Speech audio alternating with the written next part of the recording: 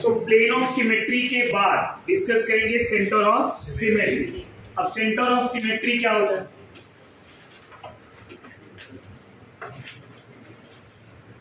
Centre of symmetry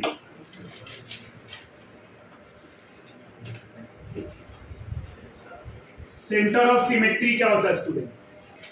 अब centre of symmetry means जब भी मॉलिक्यूल के बॉन्ड को एक्सचेंज किया जाएगा और वो जब बॉन्ड एक्सचेंज किया जाएगा उन बॉन्ड का मिड पॉइंट सेंटर से होके जाएगा, तो ऐसे मॉलिक्यूल को हम सेंटर ऑफ सिमेट्री बोलते हैं। ट्रांस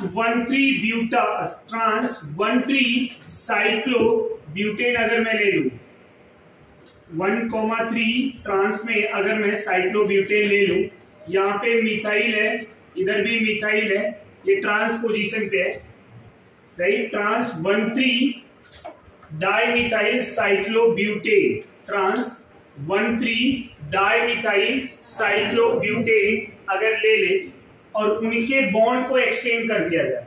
जब बॉन्ड को एक्सचेंज करेंगे, इस मिथाइल को इस मिथाइल से यहाँ पे हम मिला देंगे लाइक दिस, और इस हाइड्रोजन को इस हाइड्रोजन से हम यहाँ पे मिला देंगे। समझ में आ रहा है?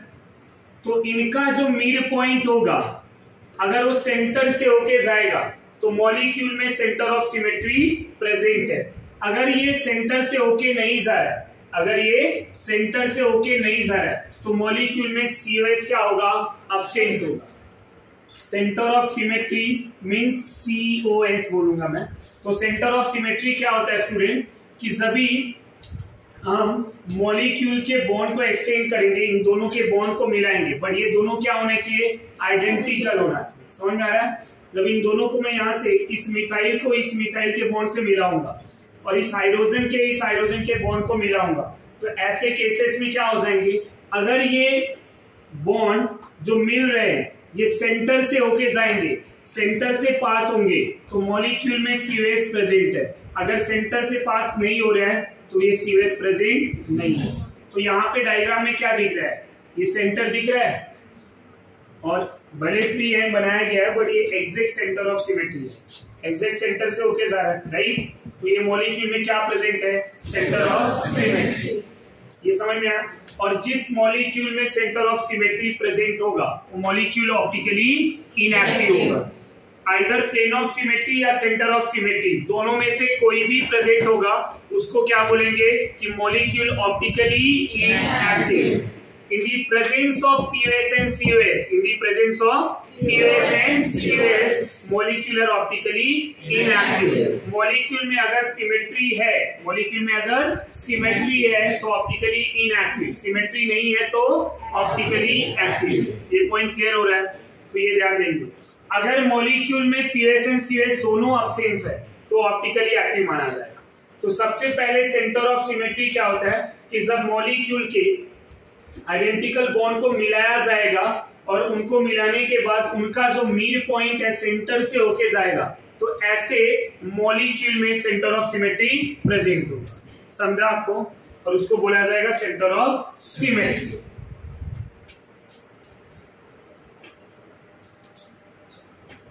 यहां पे एक नोट लिखूंगा मैं। In the absence of plane of symmetry and center of symmetry, molecule optically active, और अगर प्रेजेंट हो जाए तो ऑप्टिकली इनएक्टिव। ये पॉइंट क्लियर रहेगा? ये ऑप्टिकली एक्टिव कब होगा? जब POS and COS दोनों अब्सेंट है। मोनोकाइरल कार्बन में POS and COS दोनों अब्सेंट होंगे। इन अ मोनोकाइरल कार्बन, एक ही काइरल कार्बन है तो उसमें POS and COS दोनों अब्सेंट होंगे। पर एक से ज्यादा काइरल आया तो वहां पे POS भी प्रेजेंट हो सकते हैं, COS भी प्रेजेंट हो सकता है या नहीं भी हो सकते। समझ में आ रहा है आपको? जरूरी नहीं कि प्रेजेंट ही हो, पर ये भी जरूरी नहीं कि अब्सेंट ही हो, दोनों हो सकते हैं। Getting my point? तो आप ये ध्यान देंगे कि मोनोकाइरल कार्बन में पीओएस एंड सीओएस दोनों एब्सेंट होते हैं, इसीलिए मोनोकाइरल कार्बन का मॉलिक्यूल क्या होता है, ऑप्टिकली एक्टिव। मैंने पॉइंट लिखाया हुआ है कि monochiral carbon are optically active. Why? Because due to absence of POS and COS. यहां तक कोई कंफ्यूजन है? पक्का? तो ये plane of symmetry and centre of symmetry था। अब इसके बाद हम डिस्कशन कर लेते हैं। डी और एल पढ़ा ही चुका हूं, आरएस कॉन्फ़िगरेशन।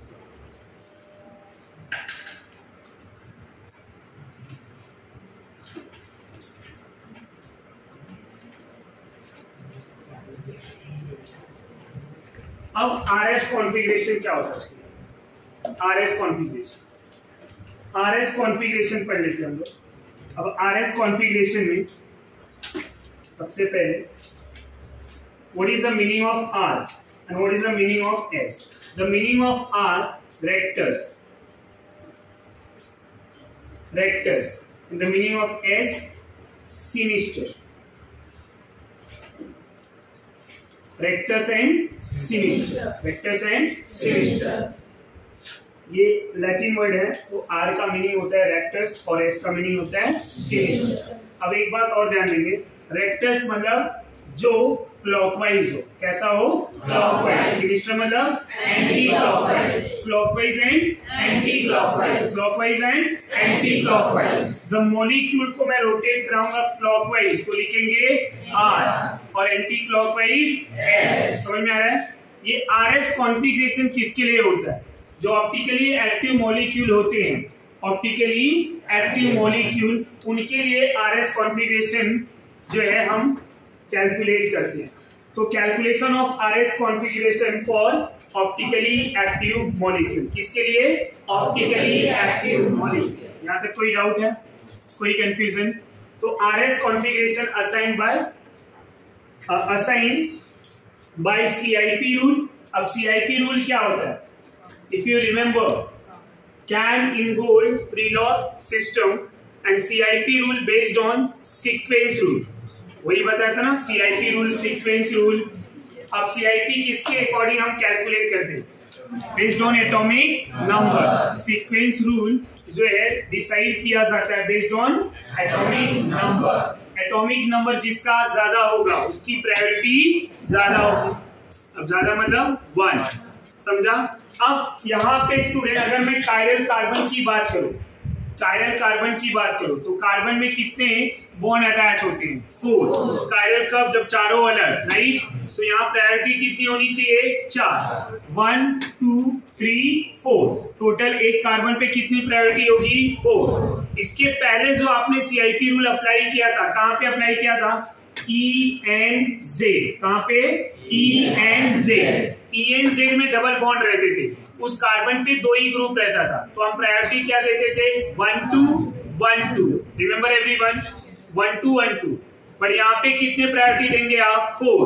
1 से लेके 4, 1 2 3 4, राइट? तो 1 जो होगा वो हायर प्रायोरिटी, 4 जो होगा वो lower priority. Getting my point? अब प्रायोरिटी देना कैसे आपको? Based on CIP rule. CIP rule जो एक्ट होता है, जो काम करता है, वो based on atomic number. Higher atomic number first priority. I hope ये पॉइंट रिवाइज हो गया आपको कि हमें जो आरएस कॉन्फ़िगरेशन कैलकुलेट कैसे करना है। सबसे पहले आरएस कॉन्फ़िगरेशन के लिए हमें सीआईपी रूल पता होना चाहिए, एंड सीआईपी रूल जो है काम करता है एटॉमिक नंबर के based on. Getting my point? आपको प्रायोरिटी देना है। प्रायोरिटी देंगे कैसे? हम एटॉमिक नंबर से। समझ में आ रहा है? तो यहाँ पे पहला पॉइंट क्या लिखना है अपने को?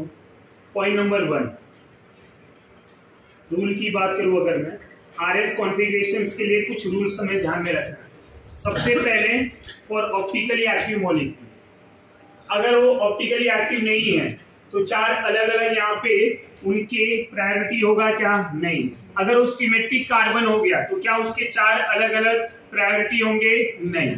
हमें क्या देखना है? प्रायोरिटी। अब प्रायोरिटी कितनी होनी चाहिए? कार्बन में 4 बॉन्ड होंगे तो चारों डिफरेंट होने चाहिए। For optically active molecule, active molecule. ये किसके लिए होगा? Optically active molecule. अब पॉइंट नंबर 2, RS कॉन्फ़िगरेशन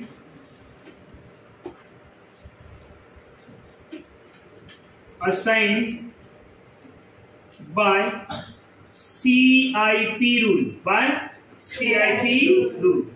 अब CIP rule क्या होता है स्टूडेंट? कैन इनगोल्ड प्रीलॉग सिस्टम, जो सीक्वेंस रूल भी बोला जाता है, और सीक्वेंस रूल या CIP रूल काम करता है based on atomic number.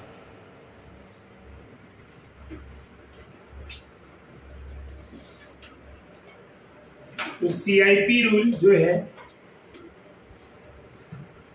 Based on atomic number, atomic number. अब प्रायोरिटी ऑर्डर आपको पता है, सब पढ़ाया हुआ है, तो यहाँ पे नहीं भी लिखूं तो भी चलेगा, पर एक बार फिर से मैं डायरेक्टली लिख दे रहा हूँ, एक्सप्लेन नहीं करूंगा। कुछ एग्जांपल लिख दे रहा हूँ जो आप ध्यान देंगे। जैसे प्रायोरिटी ऑर्डर में स्टूडेंट आपको याद होगा, iodine 53 atomic number, bromine, chlorine, sulphur, sulphur के बाद फॉस्फोरस भी अगर कोई कंपाउंड हुआ, जैसे PH3 हो गया, ये सब हो गया, वहां पे PH2 हो गया, तो हम वो ले लेंगे। फॉस्फोरस के बाद फ्लोरीन, फ्लोरीन के बाद ऑक्सीजन के कंपाउंड। अब ऑक्सीजन में बहुत सारे हैं, ऑक्सीजन विद अल्काइल ग्रुप अगर है तो उसकी प्रायोरिटी ज्यादा, ऑक्सीजन विद हाइड्रोजन है तो उसकी प्रायोरिटी कम। फिर इधर नाइट्रोजन अगर किसी अल्काइल के साथ है, दो अल्काइल वाले की प्रायोरिटी ज्यादा, then one alkyl group, then NH2 group, right. फिर उसके बाद आपका आएगा कार्बन। कार्बन में भी अगर कोई हैलोजन है तो उसकी प्रायोरिटी ज्यादा कार्बोनिल में। फिर कार्बोनिल में हैलोजन के बाद हम लिखेंगे ऑक्सीजन वाला ग्रुप, राइट। ऑक्सीजन में एस्टर ग्रुप है तो उसका ज्यादा होगा। एस्टर के बाद एसिड की प्रायोरिटी, फिर कीटोन लिख देंगे, फिर एल्डिहाइड लिख देंगे, उसके बाद 3 डिग्री, 2 डिग्री, 1 डिग्री, फिर मैं डायरेक्टली अल्काइल लिख रहा हूँ।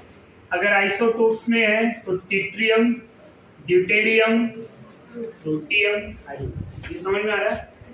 ये सब लिख दिया है जो ऑलरेडी एक्सप्लेन किया हूं, if you remember, in case of alkyne EZ nomenclature. सबको याद है? यहाँ प्रायोरिटी ऑर्डर भी बना दिया मैंने, ये चीजें पढ़ लिया आपने। अब किसी भी असिमेट्रिक कार्बन को आप प्रायोरिटी डिसाइड करेंगे। अब प्रायोरिटी कैसे देंगे ये हमने यहाँ पे डिस्कस कर लिया होगा। तो एक एग्जांपल ले रहा हूँ, यहाँ पे कोई कायरल कार्बन है, इस कायरल कार्बन में मैंने 4 अटैचमेंट रखा हुआ है, यहाँ क्लोरीन है, यहाँ ऑक्सीजन है और यहाँ हाइड्रोजन है। अब इस एग्जांपल में आपको प्रायोरिटी देना है, तो क्या इनकी प्रायोरिटी डिसाइड कर सकते हैं हम?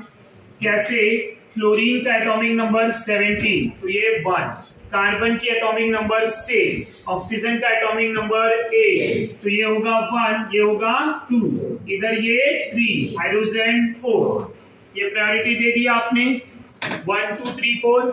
और ये तो आपका कायरल कार्बन है, तो कायरल कार्बन पे जो भी 4 के 4 अटैचमेंट है, उन 4 अटैचमेंट का जो प्रायोरिटी है वो हमने based on atomic number decide कर लिया।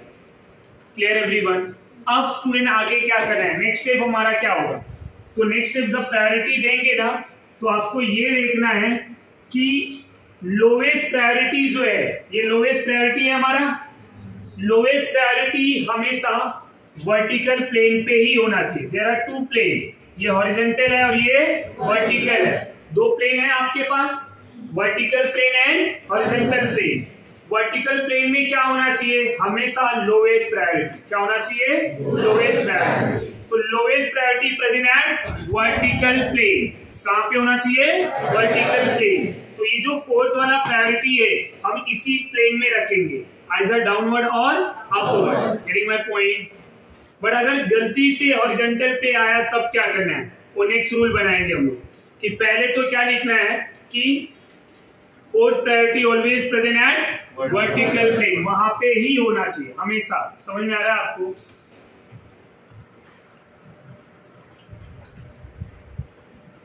फोर्थ प्रायोरिटी क्या है आपको पता है? लोवेस्ट। लोवेस्ट प्रायोरिटी है, तो fourth priority always present at vertical plane. Which plane? Vertical plane. यहां तक कोई डाउट है स्टूडेंट? कोई भी कंफ्यूजन है तो बोलिए। वर्टिकल प्लेन कौन से प्लेन में होना चाहिए? Vertical plane. इसी में ये फर्स्ट पॉइंट का सेकंड पॉइंट लिखूंगा। If fourth priority present in horizontal plane, then rotate the group two times. How many times? Two times. Even rotation कराना है। कितना rotation? Even number of rotation कराना। अगर ये हमारा फोर्थ प्रायोरिटी यहाँ पे आ जाए हॉरिजॉन्टल प्लेन पे, तो एक ही बार रोटेट करके वो वर्टिकल पे आ सकता है, बट मुझे कितनी बार कराना है? 2 बार। अगर एक ही बार रोटेशन कराया तो आंसर रॉन्ग आएगा। हमेशा हमें क्या करना है? Even rotation. If fourth priority present in horizontal plane, then rotate the group. ये ग्रुप जो है इनको आपस में रोटेट करा देंगे। आपस में रोटेट करा के या इंटरचेंज करा के हम क्या करेंगे? उनको वर्टिकल पे लेके आएंगे। किसको? Lowest priority. समझ में आ रहा है? और ये कितनी बार करना? आपको 2 बार रोटेशन करना। यहां तक कोई डाउट है? एक एग्जांपल ले रहा हूं। ये COOH ग्रुप है, यहां पे हाइड्रोजन ले लिया, यहां क्लोरीन, यहां OH। अब इनके प्रायोरिटी की बात करें तो ये क्लोरीन 1, ऑक्सीजन 2, कार्बन 3 और हाइड्रोजन 4। तो ये जो मेरा फोर्थ प्रायोरिटी है कहां पे है? वर्टिकल प्लेन पे। तो इसको वैसे ही रहने देंगे, राइट, जैसा है। पर अगर दूसरा एग्जांपल मैं ले लूं, यहीं पे ये मेरा COOH ग्रुप है, यहां हाइड्रोजन आ गया, यहां क्लोरीन आ गया, यहां OH आ गया। अब इस वाले एग्जांपल में देखेंगे ग्रुप वही है, खाली इंटरचेंज कर दिया। ये 1, ये 2, ये 3, ये 4। तो मेरा फोर्थ वाला पोजीशन कहां पे है स्टूडेंट? जब ऐसा हॉरिजॉन्टल पे आएगा तो क्या करेंगे? Rotate the group. अब ग्रुप यहाँ पे इस क्लोरीन और हाइड्रोजन को मैं एक रोटेशन करा दूं, ये मेरा फर्स्ट रोटेशन है, राइट। ये रोटेशन करा दूं तो ये क्या हो जाएगा? क्लोरीन आएगा यहाँ पे और हाइड्रोजन आ जाएगा इस पोजीशन पे। Getting my point? ये एक रोटेशन में ही आ गया, बट फिर भी मैंने क्या लिखा है? Rotate the group 2 times. How many times? 2 times. अगर एक ही बार रोटेट कराए तो आंसर रॉन्ग आएगा, दूसरी बार रोटेट कराएंगे। बट पहले फर्स्ट टाइम रोटेट करने के बाद जो आंसर आया वो लिखेंगे फर्स्ट रोटेशन में। इधर COH, इधर OH, क्लोरीन, हाइड्रोजन। अब सेकेंड रोटेशन जब कराएंगे ना तो आपके पास 2 पॉसिबिलिटी है। कौन सी 2 पॉसिबिलिटी? एक तो इधर करा सकते हैं, इन दोनों को इंटरचेंज, दूसरा इन दोनों को भी तो कर सकते हैं, और दोनों में से कोई भी करो आंसर सेम आएगा। नहीं समझा? Either interchange between chlorine and COH group और interchange between OH and COH group. In both the cases answer remains same, no change in answer। ऐसा नहीं कि आप Cl और COH को रोटेट किया तो आंसर आ जाएगा और इसको किया तो ऐसा आ जाएगा, नहीं। दोनों केसेस में क्या होंगे? Answer same. चाहिए रहेगा तो हम एग्जांपल भी करके देख लेंगे, दोनों आ रहा, राइट। अब अगर सपोज आपने ये सेकेंड रोटेशन करा दिया, इस हाइड्रोजन को वर्टिकल पे आने पे वैसे का वैसे होल्ड कर देंगे। अब इसको नहीं छेड़ना है आप, नहीं तो आंसर जो है रॉन्ग हो जाएगा, क्योंकि ये यहां था तभी तो आपने रोटेट किया। Getting my point? अब होगा क्या स्टूडेंट? सेकेंड रोटेशन में आप कर रहे हैं Cl को टॉप पे लेके आ रहा है और COH ग्रुप किधर आ रहा है? हॉरिजॉन्टल प्लेन पे। हाइड्रोजन इधर था और ये OH यहाँ, राइट एवरीवन। अब प्रायोरिटी दे दीजिए, ये 1, ये 2, ये 3, ये 4। यहां तक समझा? अभी हमने ये वाले एग्जांपल में क्या किया है? हमने ग्रुप को रोटेट करके वर्टिकल पे लाने का ट्राई किया है। और लाके रख दिया, राइट। अब आगे क्या करना है नेक्स्ट रूल में? नेक्स्ट रूल में क्या करना है? Rotate the group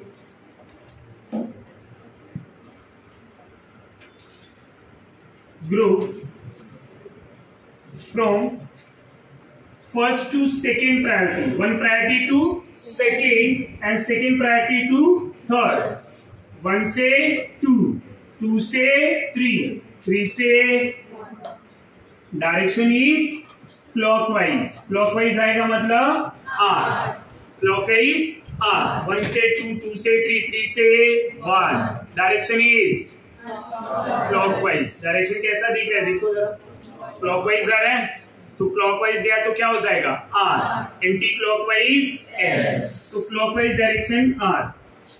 and if 1 से 2, 2 से 3 एंड 3 से 1, 1 से 2, 2 से 3, 3 से डायरेक्शन इज, तो क्या हो जाएगा? ये समझ में आ रहा है? तो अब ग्रुप को क्या करना है? रोटेट करना है। यहाँ पे एक चीजों को और ध्यान में रखेंगे, keep fourth position eight fix position. Fourth को आप क्या करेंगे? फिक्स पोजीशन पे रखेंगे, बाकी को क्या करेंगे? घुमाएंगे। अब आप ये सोच रहे होंगे कि यहाँ पे फोर्थ को अगर मैं ऐसे इसको घुमाऊं, मैं 1 से 2, 2 से 3, तो बीच में फोर्थ भी आ रहा है। ऐसा आपके माइंड में मे भी कंफ्यूजन आ सकता है कि अगर मैं 1 से 2 के पास गया, 2 से 3 के पास, 3 से 1 के पास, तो यहाँ पे बीच में कोई नहीं आ रहा, बट इस सेकंड से थर्ड के बीच में जब गए तो यहाँ पे क्या आ रहा है? फोर्थ भी आ रहा है, आया ना? बढ़िया आएगा नहीं, उसका लॉजिक बताता हूं।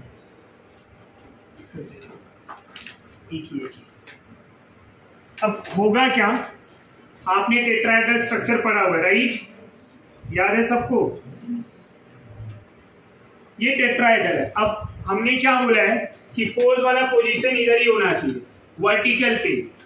अब आइदर ये इधर होगा या तो इधर होगा, समझ में आ रहा है? अगर फोर्थ यहाँ पे है तो क्या कर रहे हैं? 1 से 2, 2 से 3, 3 से 1, या 1 इधर है तो 1 से 2, 2 से 3, 3 से 1। Getting my point? Fourth hold है, यस और नो? अगर इधर है फोर्थ तो 1, राइट, 2, 3, या 1, 2, 3, ये आ रहा है क्या? ये यहाँ पे दिखने में ऐसा लग रहा है कि ये टच होते हुए जा रहा है, पर ऐसा नहीं है। इस स्ट्रक्चर से समझ में आ रहा है आपको? तो keep fourth position eight fix position. Fourth को क्या करना है, या आप ऐसे बोलेंगे, फोर्थ को होल्ड करना है, फोर्थ को पकड़ना है और बाकी को रोटेट करना है, घुमाना है। तो मैंने ये फोर्थ वाले ग्रुप को होल्ड कर दिया, बाकी को मैं क्या कर रहा हूं? घुमा रहा हूं। तो अगर घुमाने पे इनके डायरेक्शन क्लॉकवाइज हो रहे हैं तो आर लिखेंगे, एंटी क्लॉकवाइज हो रहा है तो गेटिंग माय पॉइंट? सबको समझ में आ रहा है? Any confusion? तो if direction of group clockwise R, anti clockwise S. तो यहीं पे सेम एग्जांपल लेके सॉल्व करते हैं।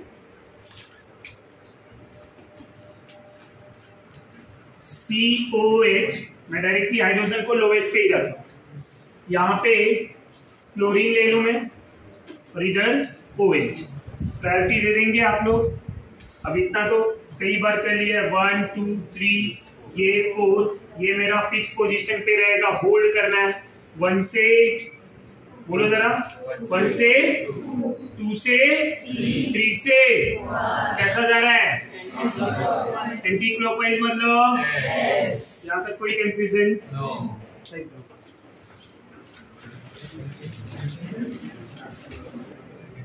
दूसरे एग्जांपल की बात करते हैं। सेकेंड एग्जांपल ले रहा हूं मैं। फर्स्ट एग्जांपल समझा ना आपको, सेकेंड में जरा ध्यान दीजिए।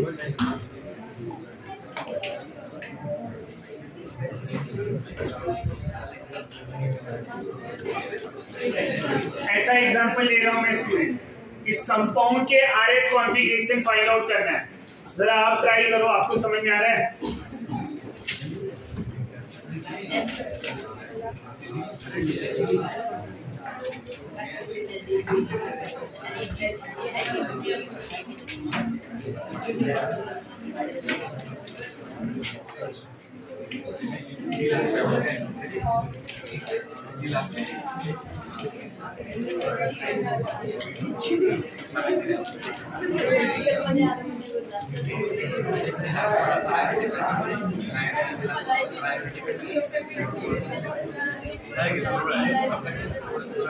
चलो सॉल्व करो जरा। फर्स्ट वन बताइए, फर्स्ट वाला आंसर आ गया? क्या आया? ये है ना, ये ऑक्सीजन A, नाइट्रोजन 7 तो 2, कार्बन 6 तो 3, ड्यूटेरियम है, आइसोटोप्स ऑफ हाइड्रोजन 4। अब होगा क्या? 1 से 2 से 3 से डायरेक्शन कैसा जा रहा है? एंटी क्लॉकवाइज आया तो समझ में आ रहा है? अब इसकी बात करें स्टूडेंट, क्या दिया है? नाइट्रोजन, इधर कार्बन, यहाँ पे कार्बन, नाइट्रोजन एटॉमिक नंबर 7 तो 1, कार्बन इधर भी है, कार्बन इधर भी है, बट कार्बन के साथ क्लोरीन है, कार्बन के साथ हाइड्रोजन है, ये हो जाएगा 2, ये हो जाएगा 3, यहाँ पे होगा क्या? 1 से 2 से 3 से डायरेक्शन इज क्लॉकवाइज, मतलब बहुत इजी है। इधर ध्यान देंगे। अब फ्लोरीन है 9, नहीं समझता ना, एटॉमिक नंबर पहले लिख लो। ऑक्सीजन है 8, कार्बन है 6, कार्बन है 6, दोनों में 6 के बाद आएगा 8, 6 के बाद आएगा 1। बोलो जरा किसको पहले लिखूं? पहले सबसे पहले फ्लोरीन, फ्लोरीन के बाद ऑक्सीजन के बाद CHO, उसके बाद CH3। अब फोर्थ वाला प्रायोरिटी किधर आ रहा है? हॉरिजॉन्टल प्लेन पे। क्या करना चाहिए? रोटेट। कैसे रोटेट करूं मैं?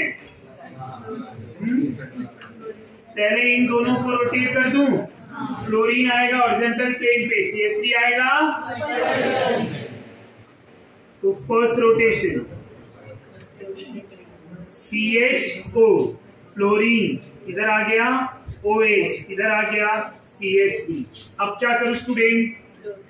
सेकेंड रोटेशन, सेकेंड किधर, किसको कहां पे? कोई भी, इधर भी, चाहे इन दोनों को चाहे इन दोनों को। अगर मैं इन दोनों को रोटेट कर रहा हूं तो क्या हो जाएगा? CHO इधर, फ्लोरीन टॉप पे आ जाएगा। इधर फ्लोरीन है, इधर OH और यहाँ पे CHO, इधर CH3। अब जरा प्रायोरिटी एक बार फिर से ध्यान देंगे। ये क्या था? 1, ये 2, ये 3, 4, 1 से 2 से 3 से डायरेक्शन इज एंटी क्लॉकवाइज, मतलब पॉइंट क्लियर हुआ? जरा ध्यान दीजिए, ये मैंने CHO और F को रोटेट किया था ना। अगर यही स्टूडेंट में इन दोनों को रोटेट कर दूं तो क्या हो जाएगा? OH इधर, CHO इधर। अब ये 1, OH2, CHO कैसे जा रहा है? दोनों आंसर। तो आइदर आप इन दोनों को इंटरचेंज करिए या इन दोनों को, आंसर क्या मिलेंगे? समझ में आया? अगर डिफरेंट होता ना तो आप भूलना पड़ता कि इन दोनों को ही रोटेट करना है या इन दोनों को ही करना है। अब अपने को पता है कि ये कहीं से भी रोटेट कराए हम, आंसर सेम आएगा। Right everyone?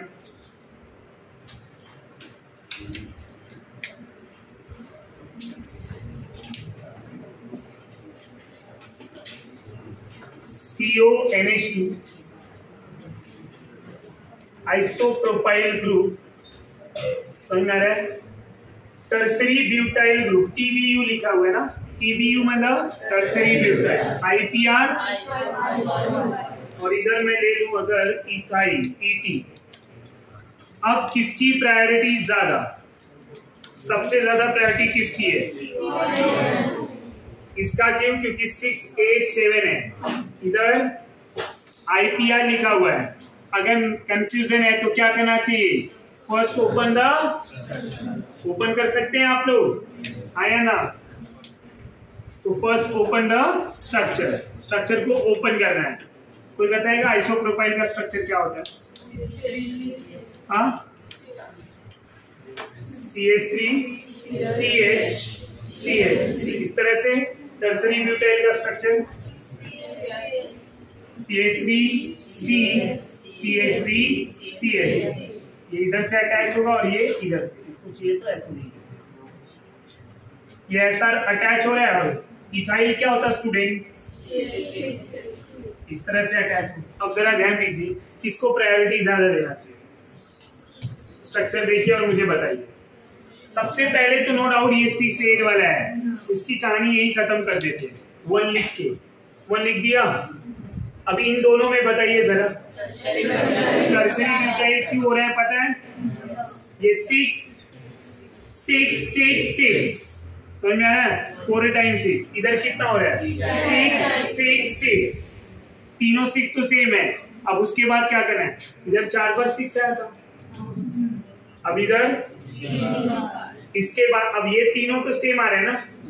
अब आगे क्या करना होगा, ये 6 6 खत्म हो गया ना, आप क्या लिखेंगे 1 और इधर क्या है 6। This one is higher tertiary, तो 1 के बाद 2 के बाद 3 के बाद 4, ये समझा? 3 किधर है देखो जरा, प्रायोरिटी। अभी फिर से इसी स्ट्रक्चर को लिख रहा हूं। अब मैं क्या करूंगा पता है, दोनों रोटेशन एक साथ करा दे रहा हूं। कैसे? ये फर्स्ट रोटेशन इन दोनों के बीच में, समझ में आ रहा है? और सेकेंड में इन दोनों के, लोवेस्ट मेरा वहीं पे है ना, सॉरी लोवेस्ट अगर उधर है तो क्यों छेड़ने का इनको, लोवेस्ट सेम पोजीशन पे है ना। तो अभी खाली क्या करना है, CONH2 TBU IPR और ET ये लिख दो। अब आपको प्रायोरिटी पता ही है, 1 2 3 4 क्या करना है, घुमा दो। 1 से 2 2 से 3 से क्या आ गया, एंटी क्लॉकवाइज मतलब। अनदर एग्जांपल, ये वाला आंसर आपको आना चाहिए खुद से, बहुत इजी दे रहा हूं मैं क्योंकि डिफिकल्ट में देता ही नहीं। चलो सॉल्व करो, बताओ मुझे आंसर क्या है।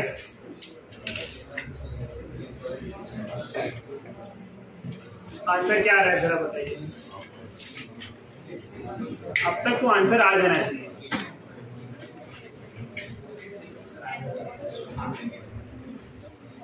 कुछ लोग के आंसर आ भी गए हैं, कुछ लोग अभी भी ट्राई कर रहे हैं।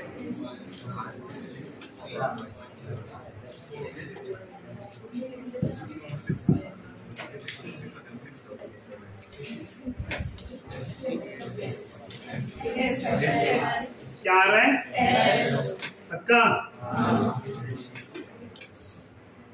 चलो मान ही लेते हैं, आंसर करेक्ट ही है, ऐसी से करेक्ट आंसर, पर मैंने बिना चेंज के आंसर डाल दिया। अब कैसे हो बताता हूँ, आपने चेंज किया होगा, घुमाया होगा। पहले तो ये बता देता हूँ इनको एक साथ कैसे घुमाते हैं। अब ये मेरा लोएस्ट है ना, पहले इन दोनों को मैंने फर्स्ट रोटेशन दे दिया, अब इन दोनों को घुमा दूं यहीं पे, ये सेकेंड हो जाएगा। अब दोनों रोटेशन एक साथ हो गया ना, डायरेक्ट फाइनल लिख दो। क्या होगा, Cl आएगा टॉप पे, इधर आएगा COH, फिर इधर आएगा NH2 और इधर आएगा इथाइल। समझ में आया? अब मैं 2 बार करके यहाँ पे रोटेट करा था, यहाँ पे भी 2 ही बार रोटेट करा हूँ, बट दोनों एक ही स्ट्रक्चर में इंटरचेंज कर दिया। इन दोनों को एक साथ कर दिया, इन दोनों को एक साथ, 2 रोटेशन हो गया ना, मिनिमम 2 रोटेशन कराना है आपको। अब बताइए आंसर क्या आएगा। ये 1 है, ये 2 है, ये 3 है, ये 4 है। 1 से 2 2 से 3 से 1, आंसर इज। समझ में आया? अब ये इसी स्ट्रक्चर को यहाँ पे लिख रहा हूँ, जरा ध्यान देना, नीचे दिख रहा है सबको, छोटा सा स्ट्रक्चर बना रहा हूँ, COH Cl ET NH2, shortcut of the configuration. कुछ भी नहीं करना है, खाली आंसर लिखना है। कैसे? प्रायोरिटी आता है, क्लोरीन 1, हाइड्रोजन 2, COH ग्रुप 3, ये 4। रोटेशन का नेचर वही, क्या वही, 1 से 2 से 3 से, कैसा जा रहा है ये, आया क्या, आंसर को पलट, R का S। नहीं समझा? अभी क्या कर रहे थे हम, 2 बार रोटेशन, यहाँ क्या किया, आंसर ही पलट दिया। या तो आप 2 बार क्या करो, रोटेशन कराओ, या तो जो रूल है उसको वैसे ही रहने दो, जो आंसर आया उस आंसर को पलट दो। बट कब पलटोगे, जब लोवेस्ट प्रायोरिटी हॉरिजॉन्टल पे होंगे। समझ में आया? वर्टिकल पे हुआ तो नो चेंज इन कॉन्फ़िगरेशन, उसको भी चेंज किया तो आंसर रॉन्ग हो जाए। ये ध्यान देना, ये शॉर्टकट रूल है। तो आपको अगर आरएस कॉन्फ़िगरेशन सॉल्व करना है और लोवेस्ट प्रायोरिटी हॉरिजॉन्टल प्लेन पे दिया है तो हमें कुछ नहीं करना है, शॉर्टकट में सॉल्व करके निकल जाना। कैसे, एक बार दूसरा एग्जांपल भी लेते हैं। COH ग्रुप है, इधर CH3, इधर NH2, इधर मैंने NO2 ले लिया, ऐसे अलग अलग। अब क्या करना है, ये 1, ये 2, ये 3, ये 4 कहाँ पे है, प्रायोरिटी के अकॉर्डिंग 1 से 2 से 3 से कैसा जा रहा है, ये एंटी क्लॉकवाइज मतलब एस को आएगा क्या, एस को पलटना है, आंसर सेम मिल जाएगा। अब आप 2 बार रोटेट करके भी देखना, आंसर यही आएगा। Getting my point? सबको समझ में आ रहा है? ये शॉर्टकट समझा? अब ये शॉर्टकट क्यों बताया, जब 2 कायरल आएगा तब क्या करेंगे। अभी तक हमने एक ही कायरल लिया है ना, एग्जाम्पल में एक ही कायरल लिया है। जब 2 कायरल आएंगे स्टूडेंट तब क्या करना है। ये एसिडिक ग्रुप है, इधर CH3 ग्रुप है, यहाँ क्लोरीन हाइड्रोजन, क्लोरीन हाइड्रोजन, ऐसे ग्रुप ले लिए। अब यहाँ पे अगर मैं बात करूं तो आप बोलेंगे सर यहाँ पे 2 कायरल है। अब 2 कायरल कौन कौन से, एक ये सेकेंड कार्बन और एक ये थर्ड कार्बन। मैंने इसको सेकेंड थर्ड क्यों बोला, क्योंकि जब मैं नॉर्मल नंबरिंग करूंगा तो बेस्ड ऑन IUPAC ये एसिड वाला कार्बन 1, ये कार्बन 2, ये कार्बन 3, यहाँ पे 4, तो सेकेंड एंड थर्ड वाला कार्बन क्या है, कायरल है। मतलब जो भी आंसर मिलेगा मैं 2 का आंसर लिखूंगा और 3 का। क्यों 2 and 3 लिख रहा हूं, क्योंकि 2 and 3 is a chiral, 2 and 3 is a, तो जो भी कॉन्फ़िगरेशन मिलेगा वो कौन से पोजीशन पे मिलेगा, 2 and 3। समझ में आ रहा है?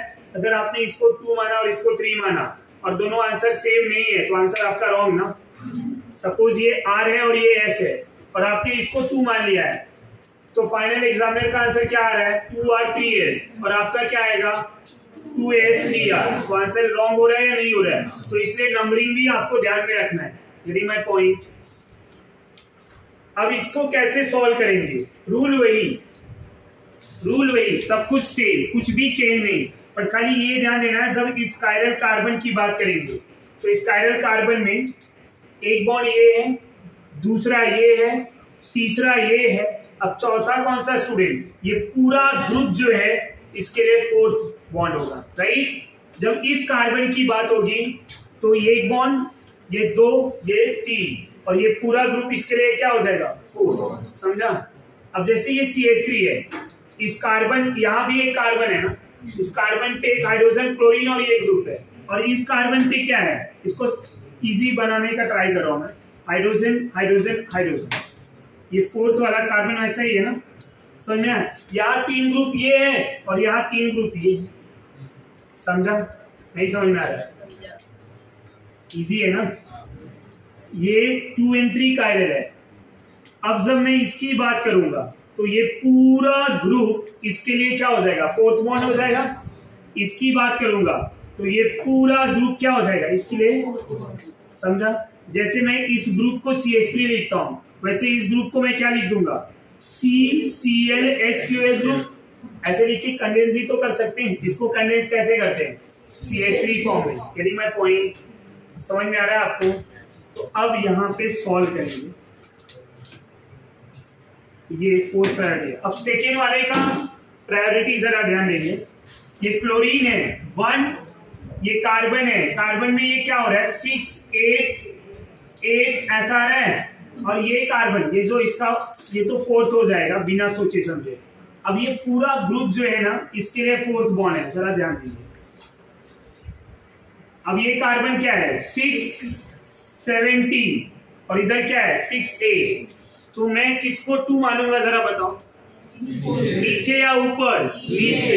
यही ध्यान देना है, यही ध्यान देना है। तो ये 1, ये बॉन्ड को मैं 2 मान लिया और इसको क्या मान लिया 3। 1 2 3 4 सेकेंड वाले कायरल का हो गया। यहाँ सबको समझा? एक बार फिर से ध्यान देंगे। क्लोरीन 17 है, ये कार्बन 6 है, यहाँ पे भी कार्बन अटैच है 6 है, पर इसके 6 के साथ 8, इसके 6 के साथ 17। Which one is higher? 6 17। तो ये हो गया 2, ये हो गया 3, यहाँ ये 4। अब जरा घुमाइए, ये क्या मिल रहा है S। S का आंसर क्या होगा RQ, लोएस्ट प्रायोरिटी ऑन। तो अब ये जो R आया है कौन सी पोजीशन के लिए आया है 2, तो मैं लिखूंगा 2R। क्या लिखूंगा? Getting my point? ये क्लॉकवाइज है ना, तो क्या आएगा R, R का S, तो क्या लिखेंगे 2S। समझ में आया? यहां तक समझा? क्लॉकवाइज और एंटी क्लॉकवाइज भी नहीं बता पा रहे, बोले कि S आएगा। ये क्लॉकवाइज आ रहा है तो R ना, R का आंसर S। अब इसकी बात करते हैं। अब यहाँ पे ये ऐसे, अगर आपको मिक्सअप लग रहा है तो आप क्या करेंगे, इसी ग्रुप को स्टूडेंट यहाँ पे फिर से लिख लेंगे। क्लोरीन है, हाइड्रोजन है CH3, और ये क्लोरीन, हाइड्रोजन एंड COOH। अब मैं इस कार्बन की बात कर रहा हूँ, गेटिंग माय पॉइंट? ये कार्बन में क्लोरीन 17 है, 1, इधर 6 1 1 1, और इधर क्या है, ये पूरा ग्रुप इसके लिए एक बॉन्ड हो जाएगा। तो यहाँ पे 6, ये 17, 6 1 हाइयर है या 6 17? तो ये क्या हो जाएगा 2, ये क्या हो जाएगा 3, इधर ये 4। यहाँ तक कोई कंफ्यूजन है? अब जाइए जरा रोटेशन कराइए, 1 से 2, 2 से 3, 3 से क्या हो रहा है एंटी क्लॉकवाइज है, मतलब S का, तो 2S। ऐसे टाइप के क्वेश्चन आ चुके हैं प्रीवियस एग्जाम में बहुत पहले। ओके, तो ये आंसर क्या आया 2S 3R, 2S 3R। अब एक मैंने बताया हुआ है, दूसरा आप खुद से सॉल्व कर सकते हैं। बहुत अच्छे से एक्सप्लेन किया गया है, आपको शॉर्टकट पता होना चाहिए कि कैसे RS कॉन्फ़िगरेशन का शॉर्टकट आपको निकाला था। तो जब भी हॉरिजॉन्टल प्लेन में हो तो जो आंसर आया, आंसर को पलट। थोड़ा आपके माइंड के साथ मैं खेलूंगा अभी।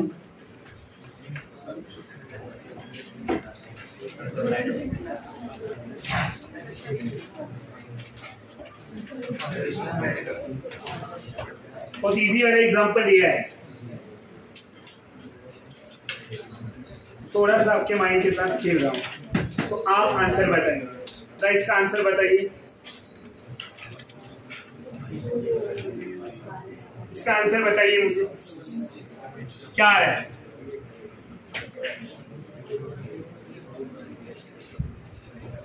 नहीं समझ में आ रहा है? पहले तो ये 1 2 3 4, तो 2 and 3 कार्बन क्या है chiral, 2 and 3 carbon is chiral. तो अब आंसर क्या आएगा? पहले तो प्रायोरिटी दे दीजिए। अब सब मैं ही सॉल्व करूंगा तो आप लोग क्या करेंगे, आ जाएगा या नहीं? पक्का? चलो मुझे बताओ क्या करूं, सेकेंड कायरल कार्बन का कॉन्फ़िगरेशन बताइए मुझे। अब ये ऑक्सीजन का प्रायोरिटी क्या होगा? फर्स्ट। इसका क्या होगा? थर्ड होगा। Very good. ये सेकेंड, ये फोर्थ। अब क्या करूं मैं? 1 से 2, 2 से 3, 3 से 4। कैसा जा रहा है? क्लॉकवाइज। क्लॉकवाइज मतलब अभी कोई इधर से बोला एंटी क्लॉकवाइज, आवाज यहां तक है।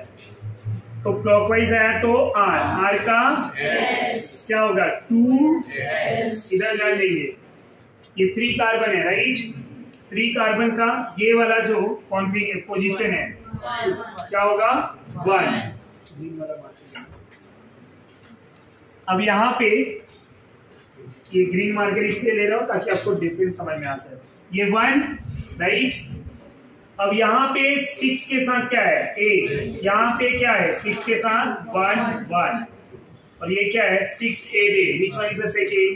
ऊपर वाला बॉन्ड ये 2 और ये 3, ये 4, क्या करेंगे 1 से 2 से 3 से क्या जा रहा है क्या जा रहा है, तो क्या मिला आर का नहीं, नो चेंजिंग कॉन्फ़िगरेशन आर का आर, रीजन क्या है लोएस्ट प्रायोरिटी ना, नहीं समझा? आप फ्लो में क्या करोगे इस आर को एस बदल दोगे, पर यहाँ पे ये ध्यान नहीं दे रहे हो कि ये कहाँ पे प्रेजेंट है, तो यहाँ आंसर क्या आया 2s, this one is your answer. ये लिख लो, कितना कॉपी करो।